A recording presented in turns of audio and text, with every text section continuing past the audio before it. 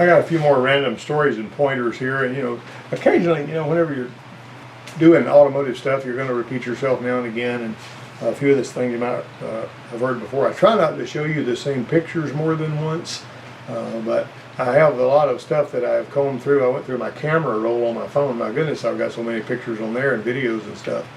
Well, on this one ticket here, this is a distributor cap that Ford came up with, and it was back in the early days of distributor caps, when they had those black distributor caps. They were really bad to carbon track, and the carbon tracks basically would be a little, they would start arcing between, two terminals or from the inside terminal out, and all. It would misfire on one cylinder. Sometimes whenever you were pulling the plug wires off the cap to see which one caused it not to lose engine speed, so you could tell that was one was skipping, you might pull one off and the engine would run better because of a carbon track or something like that.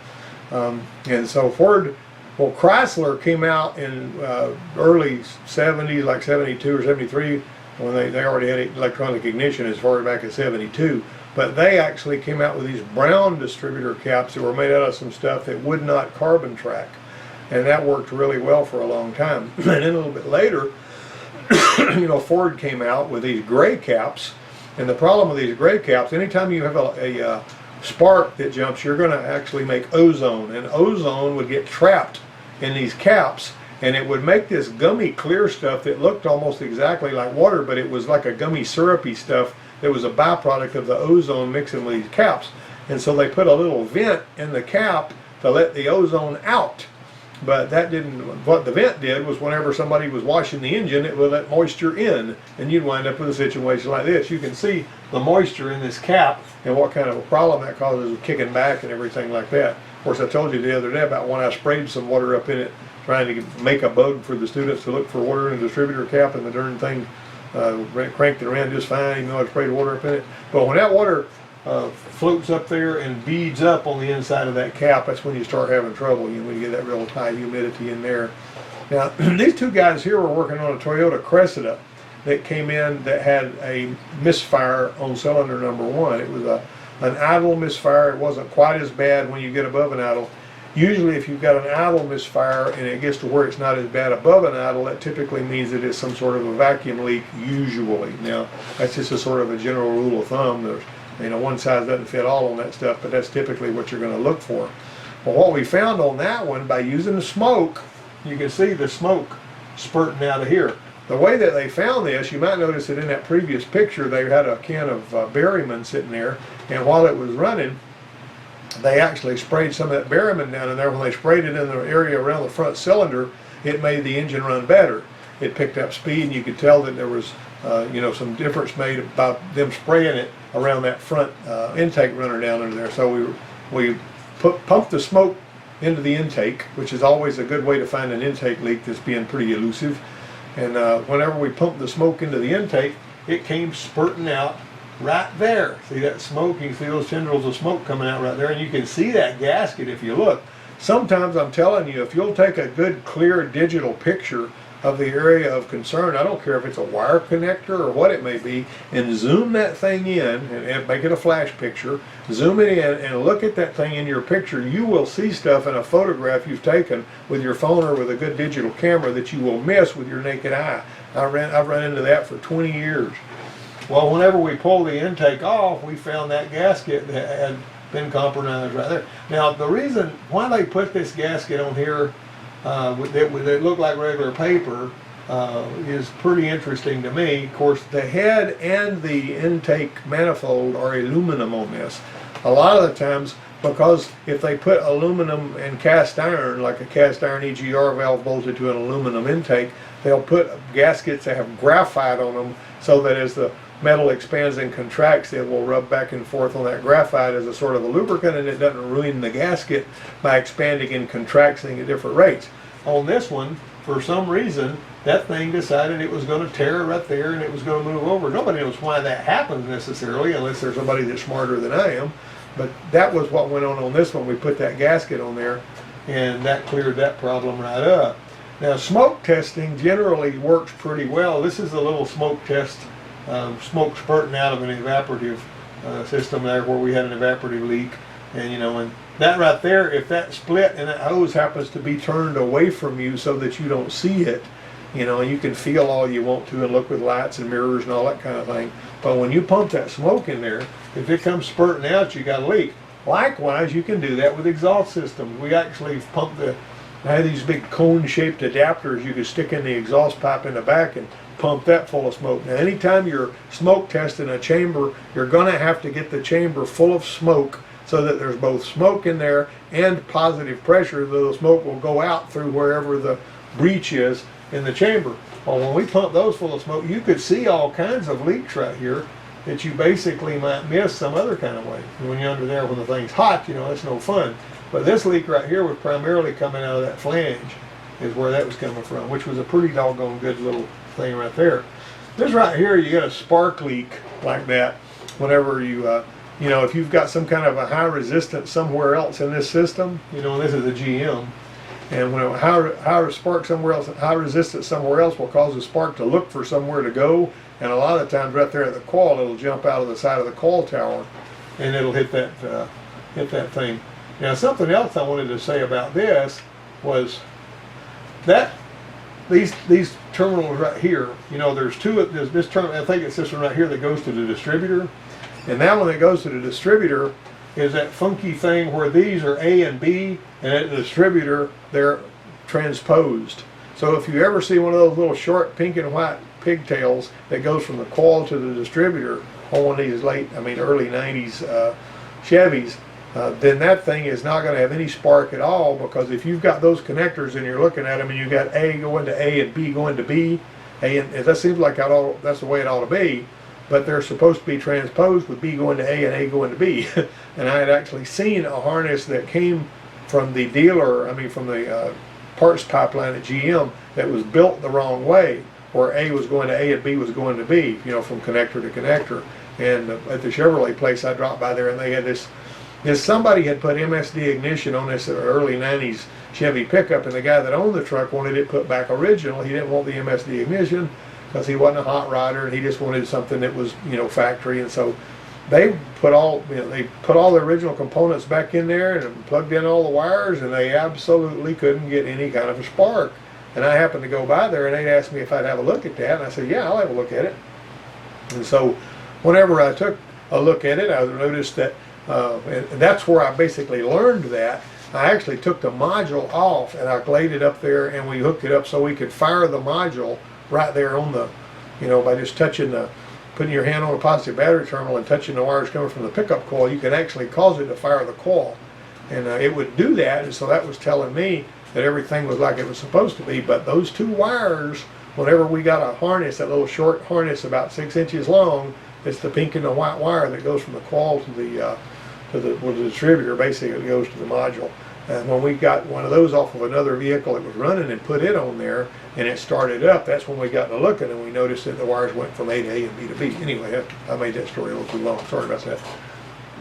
Now this right here, we got a water leak. The carpet is wet, and it wasn't always like that, but somebody did some work under the dash and all of a sudden we got wet carpet, and this is what happened here.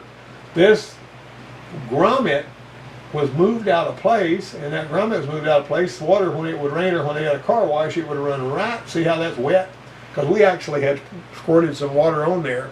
And my mother had an 87 Chrysler that was nearly, not my mother, my mother-in-law, had an 87 Chrysler New Yorker that was nearly brand new. And she had a water leak that would always fill the driver's side floorboard up with water. And I was down there with my wife when they visited the in-laws, and she says, you know, we bought this car brand new. It's always had this problem. We took it to the dealer repeatedly. They never could figure out where the water was getting in. And I said, well, it's going into that side. And I said, I'm going to go in there with a flashlight, and I'm going to lay down in the floorboard and with my feet up over the seat, and I'm going to you and her mother, my wife's mother, she wet that car really good over on that side with a hose, and I saw it coming in a seam above the park brake assembly. And so I had to get to it, I had to take the park brake assembly and lay it out of the way, and I got some of this body putty and I packed it in there, and that ended her problems with those water leaks. Now that was an 87 model car, and this was in 1993. She'd been putting up with that car getting water in the floorboard from the time it was brand new until 5 years later before we put that body putty in there. But anyway, But that's something else that happened. I had my dad's Grand Marquis had needed a hood cable, and I put that on a previous video like 6 months ago or something. It needed a hood release cable, and I had one of my students to put a hood release cable on it. And so he put the hood release cable in there, and he got it where the hood, you know, we could open the hood real easy and all that. And of course, I didn't look under the dash and follow along behind him. My dad called me and said, "Hey, it rained today, and my floorboard's full of water, and it's never happened before." So he brought it back over there, and we got under there, and there's a grommet where that hood release cable goes right through the firewall, right through the bulkhead, if you're going to call it, because it's not really a firewall, although everybody calls it that. Anyway, that thing was out of place, about like you see this one right here, and that was causing it to, actually this is a blown up picture of that. I should have made a white line around that or something. But anyhow, that's what was causing that one. And a simple little mistake like that can make a customer really, really angry. Also, we used to have people sometimes that would get a vehicle that would come in that would have a sunroof open, and they wouldn't even notice it because it was cloudy or something. They put it back outside, and then it would rain, and the sunroof would let it rain all on the car. But the customer should never bring the car with the sunroof open anyway. All right, the Autel BT 608 is right here. I got one of these. Now this little kit here, if you buy the accessories that go with it and all, which is your amp clamp and all that, that's this tool right here. And it's pretty darn nice. I really, really like it. And we're going to get it booted up here so you can watch it boot up. This thing right here is a really, really, really handy tool. It's a scan tool. It's a volt and amp meter. It primarily was designed to be a battery and charging system tester, and it does an absolutely wonderful job. Now anybody that's ever seen the Autel operating system is going to recognize this. And I don't know if updates are cost on this or not, because I've been getting, you know, updates for a while now. You know, but it's basically an Android system. It's a touch screen and all that. And I would highly recommend one of these. There's a printer right here. This thing can read, whenever you're doing your test on your battery, it can read the barcode off the battery. It has a camera on it, so you can actually take a picture of the condition of the battery and the connections, and it'll actually put that on your final printout when you get ready to. You can share a report, and see, you can go to Data Manager here, like Data Manager. See Data Manager on there? All right, I'm going to Data Manager right there, and then I'm going to go to Test Records. And when I go to Test Records, I'm going to look at these. You see, whenever you look at that one right there, excuse me, that one, I didn't punch it right. You see how it gives you your test record. Not only that, it gives you all this other information. Now, if I go back right there and I go to this model right here, you see on that one it said replace the battery, and we did a full test. That's where it stored the picture I took of the battery, right there. And then it said replace the battery, and it gave me all this really good information that's going to go on there. And it'll even give you an alternator ripple that it draws a picture of when you select this. If you're hooked up to your network, you can email that report to your customer by hitting that little arrow, right, that little paper airplane right there. So anyway, I thought that was a really cool tool. I'm going to show you a couple of things that I did with it. And of course, it's got an amp clamp that's specially designed to go with it and all that. Now, if you're a do-it-yourselfer, this thing is going to be a little too pricey for your blood, because this total kit costs $850. So just be aware of that. Now, all right, so this is the thing, the 2019, this was like yesterday when I went over there, and I was getting some tires put on, and I was getting an oil change while I was at the tire store. It's a real good friend of mine that owns that tire store. And whenever he said his friend of his had a F-150 that the battery would go dead within 2 days. And I was telling him, I said, one of the best ways to find that, if you got a draw, is get a forward-looking infrared camera and look at your fuse box after it's been setting for several hours, and the warm relay or fuse is going to be where your current's flowing through, and then you can find out what they feed and all that. We went ahead. He had just put a brand new battery in this thing. It was one of the Superstart batteries from O'Reilly's Auto Parts. And so it was a 760 cold cranking amp AGM battery, glass mat battery. And so so this thing right here told us to replace the battery because it was only showing 199 cold cranking amps. Now it's not going to do that if the battery's just dead, because this is doing a lot more than just testing the voltage. The state of charge is something different. Then the state of charge is basically a different thing than cold cranking amps. So anyway, this is the printout on this same vehicle that comes right out of the tool. but you can actually save the printout as a PDF file, and you can email it to yourself, you can save it in your files, you can send it to the customer, or you can just print this one out and staple it to your customer's work order and that kind of thing. Of course, it'll, you know, it gives you the time, and it gives you the VIN number, and it gives you the, you know, the other stuff, and you can put your shop name up there at the top of it and all that. Let's take a little bit closer look at that. You notice the starting voltage didn't go below 11.56. The starting current was 256 amps. The starting time was 0.6 of a second. See, it measures all of that. No load voltage was 428 when it was in the charger. See the ripple it gives you? Now that's a screwy looking ripple, but it did not flag that as a problem. The ripple was just 7 millivolts is all they basically had on there as far as the average. You know, it averaged it out, because that's a plus 14 and minus 14. When it averaged that out, it wound up being 7. No load current whenever it was the engine running at 2,000 RPM was 9.23 amps, and it was 6.37 amps when you had loaded current. Now this was my Explorer. When I tested my Explorer, it had this funky little ripple here that I didn't really like the looks of, but it didn't flag that as a problem, even though, look at that ripple, 178 millivolt ripple on that one. That's what that printout looked like on mine. It showed the ripple, but it said charging normal. No load voltage was 14.2, load voltage 14.8, and then it had no load current was 4.47 and 3.36. And then the starting voltage on that one was 12.34, 214, which you'd expect that on a V6 as opposed to that 5-liter V8 that guy had in it to 2019. Mine's an 06. And then you had 0.93 second starting time. Now I will tell you, the fuel pump in my Explorer has got a check valve that lets the pressure leak off. Now I got to switch a key on 2 or 3 times to pressure up the fuel rail so it'll fire up without spinning a little bit longer. But actually what happened here, and the reason it's saying to replace the battery, is I just randomly put 850 cold cranking amps in there rather than pulling the cover off the battery to see if I could, you know, read it. But again, it's a Motorcraft battery, it's not very old, but it's like a 750 cold cranking amp battery. And if I'd have put the right amperage in here, I would not have seen this replaced battery. State of health is what they're talking about there. State of charge is 100%. All right, I'm looking back here at this one here.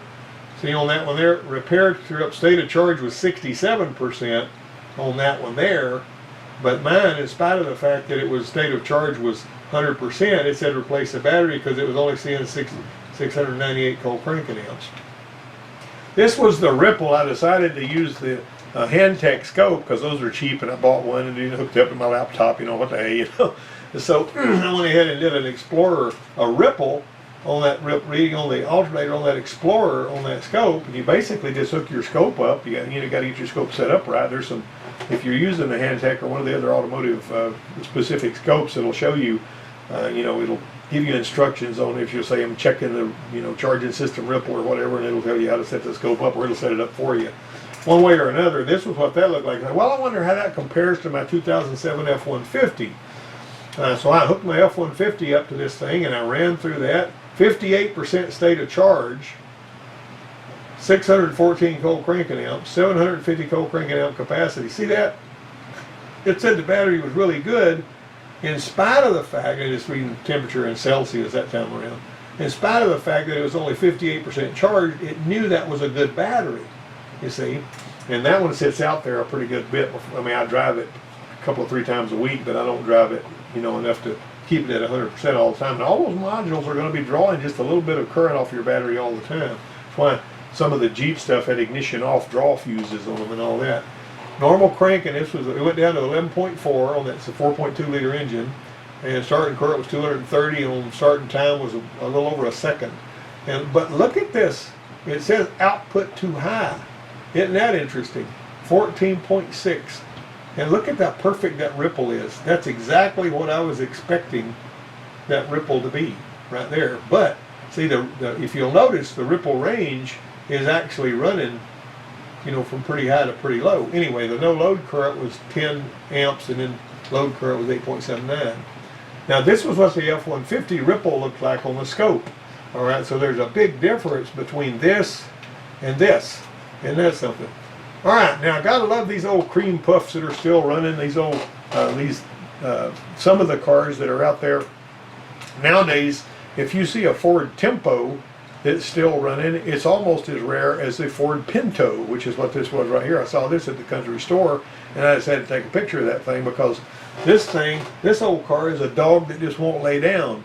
And, you know, Ford had a lot of infamous stuff. That's the first recall that was ever issued on any vehicle because of the way they put the gas tank straps in there. When somebody hit the back of the car, it would unhook the gas tank because they had keyhole shaped retainer holes, and it would drop the gas tank. Sometimes it'd catch the car on fire and all that. Well, they eventually did a recall on that, but whoever's driving this car is still driving it. And those old pickup trucks is about the same way. Of course, these old pickup trucks have got a heck of a lot of character that's hard to match with any kind of a car. You know, one of my students was driving a truck like that. And typically, some of the best students I had were students that drove ratty old trucks like this. They had to work on all the time. Now, this Jeep job was kind of interesting. That this guy had to pull the valve covers off of this Jeep, and it was a later model Jeep. It was up in the I may have been a 2012, I think. But anyway, it said that, and that guy had to do a lot of hard work to get those valve covers off and back on. And those valve covers are really thin plastic, crappy valve covers that are, you know, they're only a little bit thicker than a water bottle. And so when we put them back on there, we put it all back together, got everything taken care of that we pulled it apart for. And I don't even remember what that thing came in for, but we had to pull the valve covers off to straighten it out. And he called me up and he says, oh, this thing's got an oil leak that's so bad it's not even safe to drive. It's liable to set fire to the vehicle. It's dripping on the exhaust, blah, blah, blah, blah. So anyway, he brings it in there, and the only thing I found was that little tiny bit of an oil leak right there. And you notice this dowel had been so hateful when we were trying to get the valve cover off that he actually cracked the valve cover right there a little bit. That's the gasket. Everything was in place, but there was a little bit of a crack there, and it was letting a little bit of oil ooze out of there. And he was getting a drop on his exhaust about once every 35 or 40 seconds, and it was a small drop. Might have been once a minute, but he was seeing a little bit of smoke, and to him, this was like the end of the world. You know, I don't know if you've ever seen customers like that before. Anyway, we ordered a new valve cover. We replaced the valve cover. The oil leak was gone. Everything was okay. This truck right here is a truck that I have known ever since it was nearly a brand new truck. I had another story that I did on it where I was under the shade tree fixing it because they had a bad engine controller that was firing the coil and all of the solenoids just crazy as all get out. I took the engine controller off of this truck and put it on another truck, the same year model, and belonged to the guy's dad. It did the same thing on that truck. See, I'm not going to hurt the truck with a bad engine controller, but I may hurt a good engine controller with a bad truck. Anyway, my son bought this truck. My friend bought it.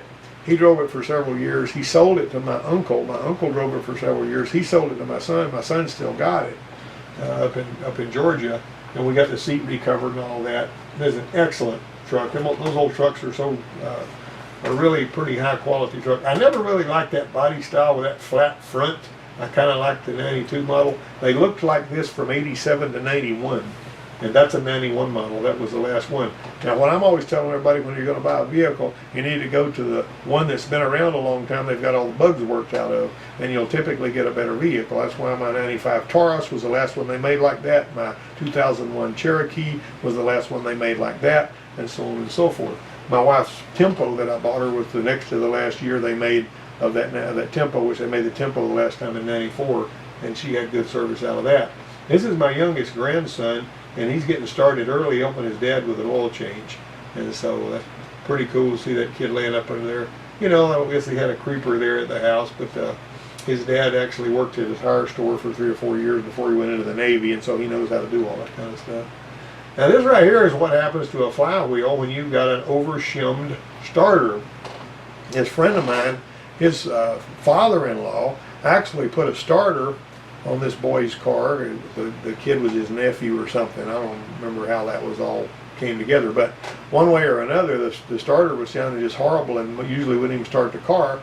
And we got under there, and that thing had the thickest starter shim I had ever seen on a GM starter. I'd never seen anything like it. I don't know. But it was on the starter the old guy pulled off of there, and so he felt like that same shim needed to go back on there, which is not really the way that's supposed to happen. But anyhow, I pulled that shim off, and well, when I pulled the starter out, I saw this. We had to pull that thing, pull the transmission, put a flywheel in it. And then I actually took the shim out of the way, and I was able to put that one up there with no shim at all, and it started without any problem at all. Now, on some of those, if you're fighting with one that for whatever reason, because of product variability or something, you're trying to move one of those GM starters this way and that, if you put a washer under the outside bolt, and under just the outside bolt, it moves this ring, the pinion gear a little closer to the flywheel. If you put one under the inside bolt, which is closest to the flywheel, it moves it a little farther away. Sometimes a little adjustment like that might be necessary. But that's just something we used to do back in the 70s when we had a starter that didn't kind of want to mesh up right. Now, transmission problems, a clogged filter can be overlooked. Now, this is a clogged filter, and if I'm not mistaken, this was on a Nissan pickup truck, and the guy would take off driving it, and he wouldn't get very far before the transmission would quit pulling because all of this crud in that metal screen. Now, you see, you can't always see the filter, like these filters that are totally encased in plastic. A lot of times you can't even see any of the actual filter element, so it's hard to tell when it's stopped up. But my son bought a pickup from my dad that my dad drove around for a long time, and my son started back from Mississippi after he bought the truck from my dad and it quit pulling. And it turned out the reason that one did what it did was because the pan that had been put on there before my dad bought it at a used car dealer, and the transmission had been rebuilt. They put a pan on there that was too shallow, and the pan was smashed up against the filter. My dad never drove it far enough for it to, give this problem, but the pan was smashed up against the filter to the point to where it was starving the transmission for oil. And because it was starving it for oil, the doggone thing would just quit pulling. And that's one of them situations there, kind of like that right there. So when we put the pan on there that was the right depth, 2.5 inch deep or whatever it is, that took care of that problem. So there's a shallow pan and a deep pan, and you can't mismatch that stuff. Now, this 5-hour starter job on a 2007 Tundra was murder. If you'll notice, this 5.7 liter engine requires 5.2 hours to change out the starter because you got to go in behind the wheel. I know what you're thinking. You're thinking, oh, it's under the intake. Not on this one. On this one here and on the later models, the late 2007 on up, the starter's on the side where the starters always used to be, but there's a big old exhaust heat shield there. You got to take the right-hand exhaust manifold off. You got to fight with that going in there. It's just a monster getting all that thing changed out. We managed to pull it off, but it was really no fun. And this is the one that you're thinking about, the 04 Tundra starter. There's a friend of mine doing one of these in his yard, and I just took a picture of that. And the starter's under there. A lot of your Lexus 4-liter, like that early 90s model, they have, these V engines have had their starter under the intake for quite a long time. If you've changed a lot of those, that's not really very difficult to do. Now, here's a little bit of ruination. Whenever somebody needed to screw the oxygen sensor out and put it back in, and with some fresh NEC's compound on it, and then they bring it to me and say, I can't get this to work, and I'm looking at this and I'm saying, sometimes they can mess up stuff so bad that the instructor's got to work miracles. In this case, we just replaced the oxygen sensor, but we had to get an 18mm spark plug cap and clean out the threads in the manifold, which can be tricky if that thing's in a bad place. Now, this is a tool most shops will never use. This is a brake pressure. You can actually put one on each side, like on the other side and this side. They come in pairs, these tools do. You can look them up, brake pressure gauge. It actually measures how much pressure. You're not going to drive the car with this on there. You're just going to put it on the lift. You see how much pressure it's putting out. And this little old red needle actually, this moves the needle up there so you can get out and come around here and look where it went. And if you see 2,000 on this side and 3,000 on the other side, you've determined at least why it's pulling, because you got more brake pressure going to one wheel than the other. Then you got to find out if it's the ABS mod, the pump, or hydraulic control unit or whatever. But I took a picture of that. I had one of these, and I think I've still got that thing in the back of my vehicle over there that I took it out for a while. Now, this is electrical final part 5, and it had 2 parts. In other words, when I was teaching, I would give an electrical 1 final, and so I would basically have them, there would be a resistor here. This circuit wouldn't be built. You'd have a switch, you'd have a lamp, you'd have a resistor with no wires. All right, I'll show you a picture of the board in a minute that you can see. They measure the ceramic resistor, the resistance of it. This puts them through everything they've got to do with their meter in order to know how to use a meter. And this is a final, so I just sit here and say, do this while I watch. And so the ceramic resistor, they measure that, it was 5 ohms. They measure the resistance of the bulb, and they would use the wires to build the schematic based on this.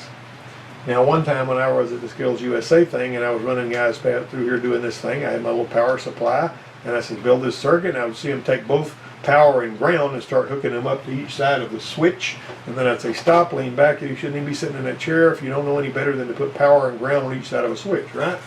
So the power's got to go through the switch. Look at the series circuit right here. Measure the voltage at the lamp, while it's illuminated. Set your meter to read amps, measure how many amps the bulb is consuming. They had to show me that they knew how to measure amps with a meter. Okay, so using your source voltage and the measured amperage, use Ohm's law formula to determine and write the calculated resistance of the circuit while the bulb is illuminated. And see, this would always have more resistance when it was burning. It would have like 1.5 ohms whenever they just measured it, and then it would have like 5 or 6 ohms when it was burning. And they had to explain to me why that was. The bulb gets hot, it's got more resistance. Not that complicated. There's your little Ohm's law triangle right there I had. Now here's the other side. I had built a board, I had a little fan motor on it that was operated by a relay when you push this switch. So coming out of your battery power would be going in here, your 12 volts was here, ground here, and I say trace this circuit so that you tell me how power gets to the motor and all this, and if they came from ground, I wanted them to do this, like that. And when they came from power, I wanted them to go through here. If they started going all the way around Robin Hood's barn, I know they didn't know how to trace a circuit. And there's your relay terminals, coil, common, normally open, and then the not used would be the normally closed. And here's the boards. I had these 4 little bug switches on there that would break different circuits on there. So when they mashed that button, if that fan didn't run, even though they had power and ground hooked up, and I had a little LED on the board that would light up when it had power. And this was coming out of the power supply over there, and I had this little project box that had power and ground here. This is set up so that they had little screws over. I kind of learned this from going to Ford Motor Company school, because they had little boards and stuff set up that had screws where you could hook up jumper wires up to. I thought that was pretty cool. But anyway, that's the little board where they had to build the switch and the light, and ground. See that power, ground, and I had a couple of yellow wires, a black wire, and a red, and that's how they had to build that circuit. And that's the other one that I showed you on the first one. Now this one right here, I had one relay that was doctored that looked exactly like the other relay that wasn't. And if I put a bad relay in there, they would mash that button and it wouldn't work. I said, if you asked me for a relay and the relay wasn't what was wrong with it, you're done with this part of it and you made a lousy score. So what I wanted them to do was basically pull that relay out of there, and I wanted them to go to this right here, and I'd say you're supposed to have 2 powers and 2 grounds when you've got a relay that you've got energized with that button. You're supposed to mash that button, which I had taught them this going into this thing, and I wanted them to remember it. And so on your normally open, you're going to see a ground, and on one side of the coil, you're going to see a ground. On the other side of the coil, you're going to see power, and on the common, you're going to see power. So you got to have power here and here, ground here and here. If you open right here, your load is open. Now this is with the relay unplugged and you're looking at the relay socket. If there's no ground here, see, of course, I think if I remember right, I had the switch providing ground to the relay. Yeah, that's how I had that drawn. And so basically, I would like to go to the one side that, see if this side's hot. If it is, I go to the other side and mash the button a few times with the test light hooked to the hot, between hot and here. In other words, I have it hooked between here and have it hooked here, between there and there, and I'd want to see if that light would come on when I mash the button. Anyway, you can see how that was a pretty good final. There's that one guy doing that, and that was that little test light was one of the little cheap LED test lights. But that's all he needed was the schematic and this thing right here, so he could pull the relay out and figure it out. I told him, if you touch any of these buttons, you fail the exercise, because those are my buttons. You don't ever touch them, because it's aggravating, to be perfectly honest. If they clicked a bunch of them this way and that, I'd have to figure out which way it was switched, because you couldn't look at them and tell if they were switched on or off. I saw this on the last side. I saw this guy with the biggest dog I've ever seen in Lowe's the other day. And that guy probably wasn't much shorter than I am, but that dog was a monster. And I thought that was the coolest. And that was the most docile critter I ever saw. That guy would walk around, that dog would just follow him wherever he went, That was just cool as all get out anyway. So, that's the last slide. There's our coffee and our tools, and I just really appreciate you guys watching this, and I hope you enjoyed that little mashup I put out earlier this week of all of the stuff that we did in the shop and everything. But I'm going to let you guys go, and I will talk to you another time.